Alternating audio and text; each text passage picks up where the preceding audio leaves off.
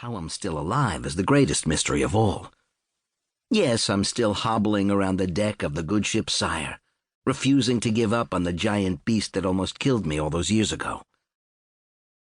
Before I begin my story, I have to warn you that I have no easily definable skills or talents. I'm a hitman, a record business entrepreneur. But what I'm not is a producer like Phil Spector or Quincy Jones.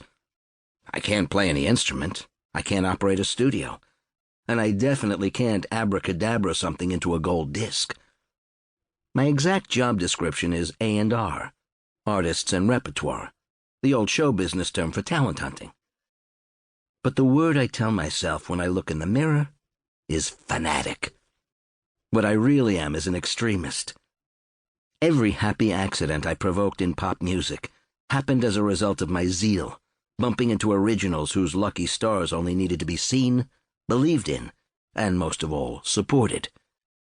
And because I wasn't a musician with any formal notion of technique or virtuosity, I was often able to spot the genius black sheep, the rejects and mavericks who couldn't sing or play by conventional standards, but who possessed something unique the world was waiting for. If my life and legacy means anything, I hope it's something about so-called losers playing to their strengths and winning big. I've been wrong far more times than I've been right, but I'm still here. I still don't know if the ability to spot talent in others actually counts as a talent in itself. The one weird gift I do seem to have is a photographic memory, which, strange as it seems, is how I developed an ear. Since I was a boy, I've kept devouring names and adding to a personal collection of old tunes the world has long since forgotten. My head is a giant jukebox. It's also a ghost train of long-departed showbiz characters who I've never let die. They're all in here, screaming down telephones and cracking jokes. I can impersonate every Ahmet, Sid, and Jerry down to their accents and mannerisms. You see, I always saw the music business as something between comic folklore and an adopted family. And the more I learned from the old school, the more clearly I could see the new one walking past me on the street. So here I am, one of the last standing lifers, aged 75 and still looking. The thing about getting old is that the truth doesn't even hurt anymore. I know I was born damaged in some way.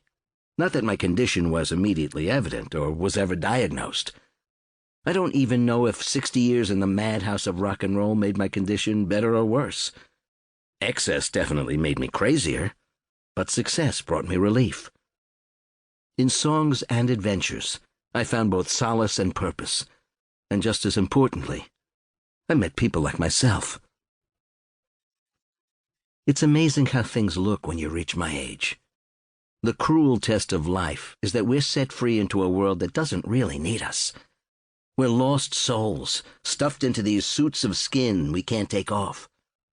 From our first lung-opening scream, the pressure is on to get a grip, invent a persona, join some gang, and come up with a plan. For the rest of our lives, our daily ritual is to repeat this birth sequence. We wake, we ache, we look in the mirror and ache some more. Then we start to medicate. On goes the radio while the coffee is percolating. With songs to lift our spirits and caffeine coursing through our veins, we slowly turn our minds to the lowly chores of hunting and gathering. No matter what way we choose to explain the mysteries of life, the only way to get through it all is to keep our spirits high. Music is one way to do it, and there are many others, but that emptiness follows us every step of the way. You know you're lucky to be alive. You know you should be making the most out of it. But the sinking feeling that you're not seizing your precious time is the great human killer. Every one of us suffers from it, wealthy tycoons and pop stars included. In fact, the best among us get there because of it. As you'll see, due to design faults beyond my control, I was a crash landing that had no choice but to run and keep running.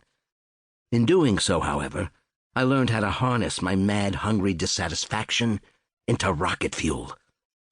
Okay, so my ass was on fire without a stop button, but at least I wasn't sitting around stewing in my own burning frustrations.